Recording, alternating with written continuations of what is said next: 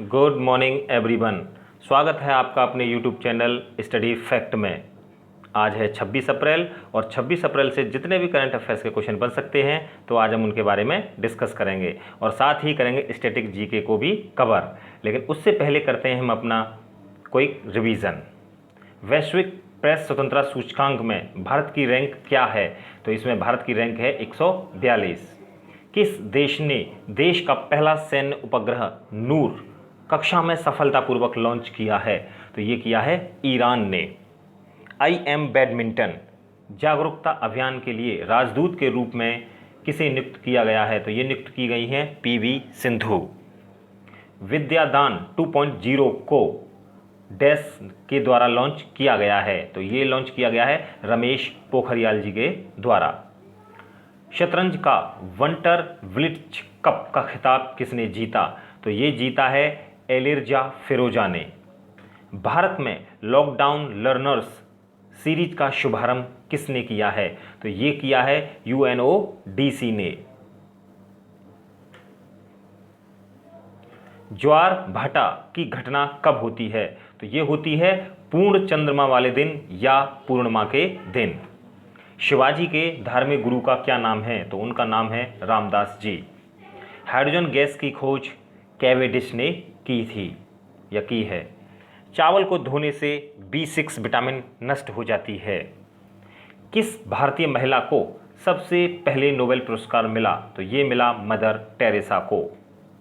सिंहासन आरोहण के बाद हर्षवर्धन को किसके नाम से जाना जाता था? तो ये जाना जाता था शिलादित्य के नाम से।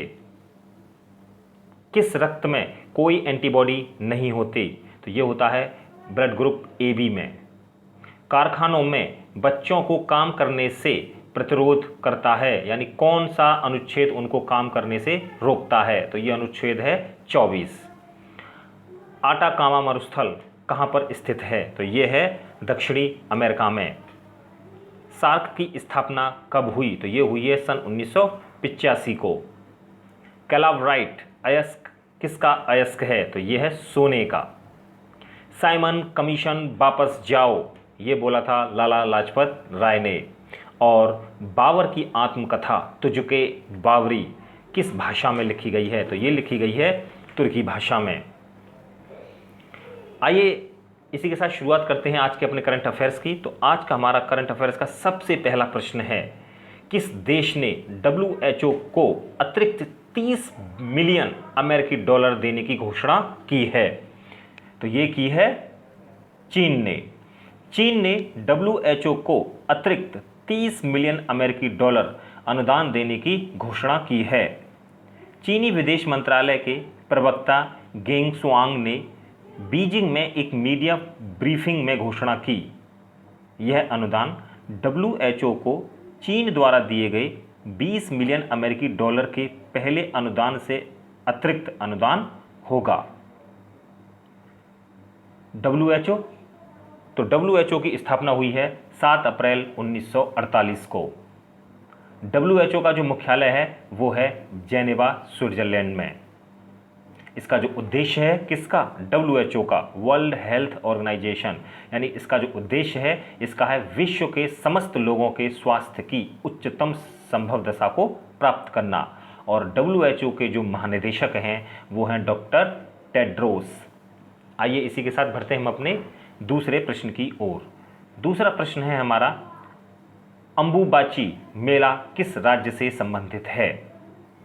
तो ये है असम राज्य से, यानी कि अंबुबाची मेला असम राज्य में गुवाहाटी के कामाख्या मंदिर से संबंधित है। मतलब असम में अंबुबाची मेला कोविड-19 महामारी के कारण वर्ष 2020 के लिए रद्द कर दिया गया है। गुवाहाटी के कामाख्या मंदिर में हर साल आयोजित होने वाले अंबुबाची मेले को इस क्षेत्र और राज्य में सबसे बड़ा धार्मिक आयोजन माना जाता है। लाखों भक्त और आगंतुक इस शुभ अवसर पर इकट्ठा होते हैं। असम की राजधानी है दिसपुर। असम के मुख्यमंत्री हैं सर्बानंद सोनोवाल। असम के जो राज्यपाल हैं वो हैं जगदीश मुखी।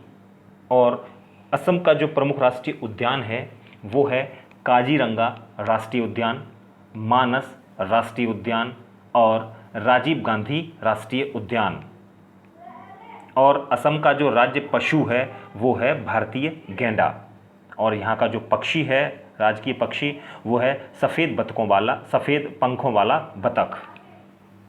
आइए इसी के साथ बढ़ते हैं हम अपने नेक्स्ट क्वेश्चन की ओर। हाँ, तो नेक्स्ट क्वेश्चन है हमारा, 2020 में राष्ट्रीय पंचायती राज दिवस कब मनाया गया? तो ये मनाया जाता है 24 अप्रैल को, यानी कि 24 अप्रैल को, यानी 2020 में राष्ट्रीय पंचायती राज दिवस 24 अप्रैल को मनाया गया। पंचायती राज का जो शुभारंभ है वो हुआ है 2 अक्टूबर 1959 को जवाहरलाल नेहरू द्वारा राजस्थान राज्य के नागौर जिले में इसका शुभारंभ हुआ है। लेकिन पंचायती राज का जो प्रारंभ है वो 11 अक्टूबर 1959 को जवाहरलाल नेहरू ने आंध्र प्रदेश में किया है।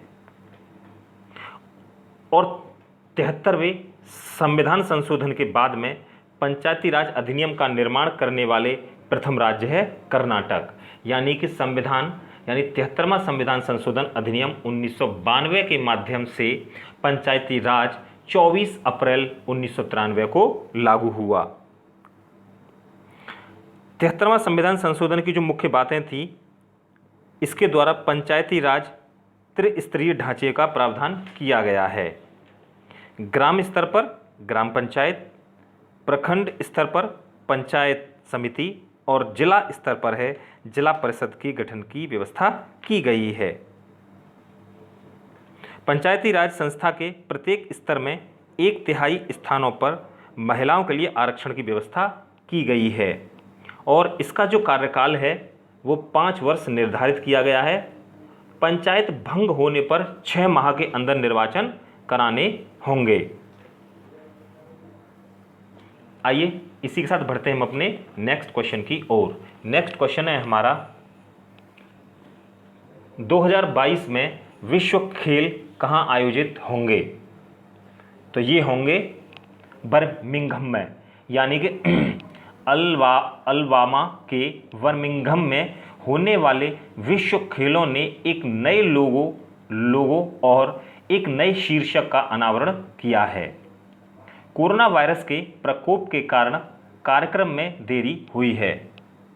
7 से 17 जुलाई 2022 के लिए खेलों की तारीख में परिवर्तन की घोषणा के साथ साथ आयोजकों ने फैसला किया है कि अंतर्राष्ट्रीय बहुखेल कार्यक्रम आधिकारिक तौर पर द वर्ल्ड गेम्स 2022 बन जाएगा। आइए इसी के साथ बढ़ते हैं हम अपने नेक्स्ट क्वेश्चन की ओर। तो नेक्स्ट क्वेश्चन है हमारा, किसको आवास और शहरी विकास निगम के अध्यक्ष के रूप में नियुक्त किया गया है? तो ये नियुक्त किए गए हैं शिवदास मीणा को। शिवदास मीणा को आवास और शहरी विकास निगम यानी HUDCO के अध्यक्ष और MD के रूप में नियुक्त किया गया है। उन्हें तत्काल प्रभाव से 6 महीने की अवधि के लिए नियुक्त किया गया है, और शिवदास मीणा वर्तमान में आवास और शहरी मामलों के मंत्रालय में अतिरिक्त सचिव का पद संभाल रहे हैं, और साथ ही साथ ये CMD और आवास और शहरी विकास निगम का अतिरिक्त प्रभार भी संभाल रहे हैं। आइए इसी के साथ बढ़ते हैं हम अपने नेक्स्ट क्वेश्चन की ओर। नेक्स्ट क्वेश्चन है हमारा, तियानवेन-1 मंगल अन्वेषण मिशन 2020 के अंत में किस देश के द्वारा लॉन्च किया जाएगा? तो ये लॉन्च किया जाएगा चीन के द्वारा। चीन ने अपने पहले मंगल अन्वेषण मिशन को तियानवेन-1 नाम दिया है, जिसे 2020 के अंत में लॉन्च किया जाएगा। भारत, अमेरिका, रूस और यूरोपीय संघ के बाद लाल ग्रह तक पहुंचने के लिए चीन के मंगल मिशन में एक ही मिशन के अंतर्गत परिक्रमा, लैंडिंग और घूमना शामिल है। तियानवेन का अर्थ है हेवनली क्विलेंस या क्विलेंस टू हेवन, यानी जो चीन के जाने माने कवि क्विंग युआन द्वारा लिखी गई कविता है।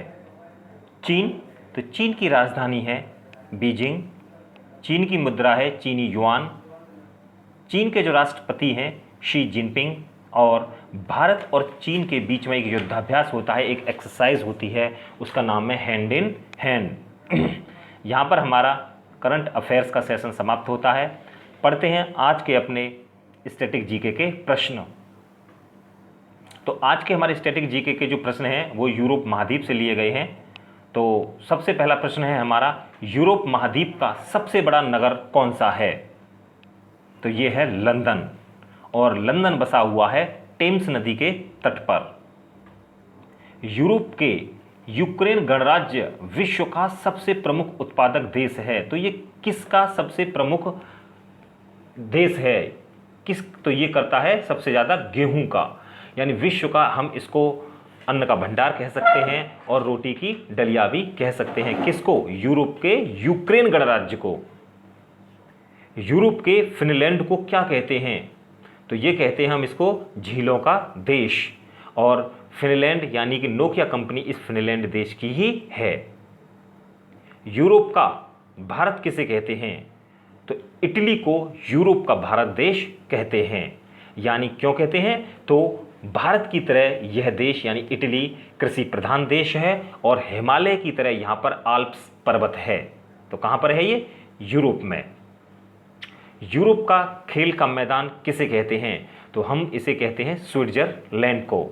और आल्प्स पर्वत का सर्वाधिक विस्तार किस देश में है? तो ये है स्विट्जरलैंड में। इटली की गंगा किस नदी को कहते हैं? तो ये कहते हैं हम पो नदी को।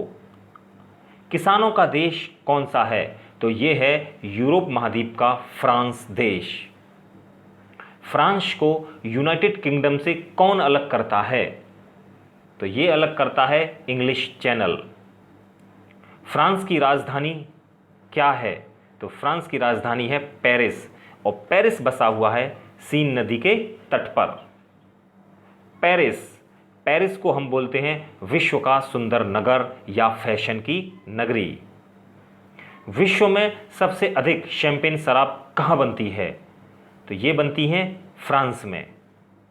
और विश्व का सर्वाधिक अंगूर व जैतून उत्पादक देश कौन सा है? तो ये है इटली। यहाँ पर हमारे स्टैटिक जीके के और करंट अफेयर्स का सेशन समाप्त होता है। पढ़ते हैं हम अपना कल का प्रश्न। कल का हमारा प्रश्न था, विश्व पृथ्वी दिवस 2020 का विषय क्या है?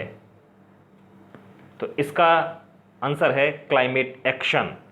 इसका जवाब हमें देवेंद्र ने, मितेश ने और मनोज ने दिया है। पढ़ते हैं आज का सवाल। आज का सवाल है हमारा, सुजलाम सुफलाम जल संचय अभियान किस राज्य ने शुरू किया है? ऑप्शन ए है Rajasthan, option B Himachal Pradesh, option C Uttarakhand और ऑप्शन डी गुजरात। इसका जवाब हमें कमेंट बॉक्स के माध्यम से ज़रूर दीजिएगा। वीडियो आपको कैसी लगती है ये हमें ज़रूर बताएं। वीडियो को लाइक करें, शेयर करें, सब्सक्राइब करें। धन्यवाद। जय हिंद।